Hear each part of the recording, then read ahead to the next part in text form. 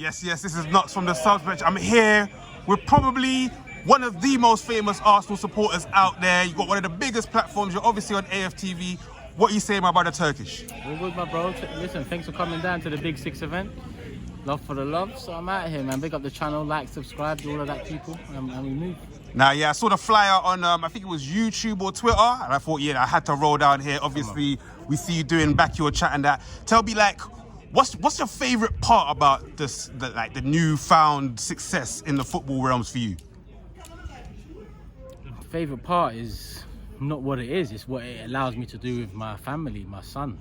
I can provide him a good life, and we can go holiday when we want. We can make memories. The time I get to spend with him is far greater than the time I used to get when I was in a full-time job. Right. So that to me is the best thing about it. That's why things like this, for example, where we ask the community to come down and talk and play their part and debate. Firstly, because you've shown so much love on the channel itself that we're trying to integrate it more moving forward. The thing that most channels don't really do, or do in a sense, but maybe a super chat sense. Whereas we want to try and link up like we've done in South Africa, LA. So when the community show out and show up and show love, it's mad. It's mad. That's why I say love for the love, because I went uni, I got a degree, I went through life, Next, Ladbrokes, TFL, etc. And now I just talk about football and can do things like this where a lot of people come together, support different clubs, but good energy, good vibes, and football's done that. So big up YouTube. For real, if you got any advice for anyone that's maybe looking to start a new football YouTube channel, what would you give them? Just be consistent, bro.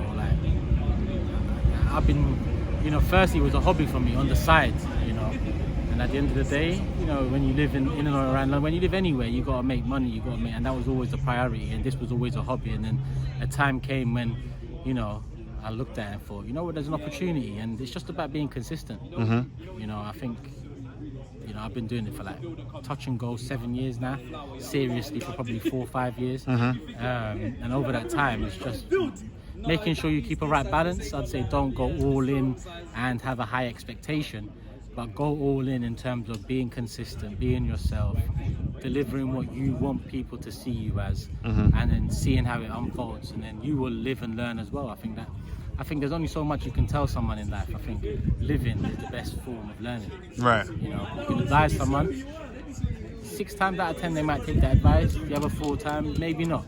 So living, in my opinion, if you live through it, you learn for sure. 10 times out of 10. Great answer. Out of all the losses Arsenal have taken, since you've been supporting Arsenal, which one hurt you the most? Barca.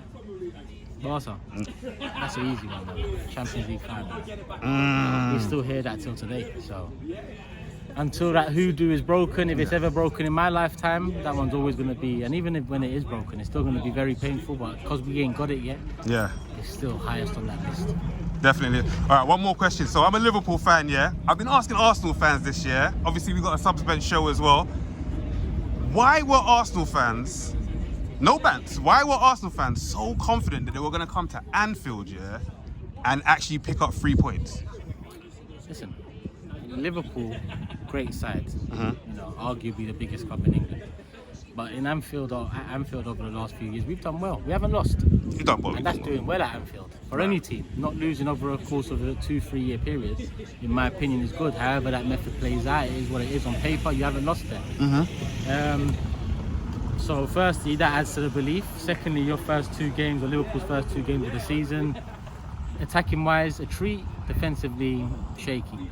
So there's an opportunity there, because defensively we're sweet, and in attack we are shaky, but the hope was that we'd find some sort of happiness, some sort of click in that game. So a lot of it was more optimism and faith based off of little things over the course of time. But listen, overall it was a moment of magic that done it. So that moment of magic decided the game. Other than that, it was going to play out as a draw. Both teams, one team set up to stifle, it worked. The other team didn't have enough to change it around, and it looked like it would play out a draw, and you lot won it. Liverpool won it. It was a moment of magic. So on to the next one. I'm a pessimistic fan at the best of times, but I still feel like nothing's won or lost.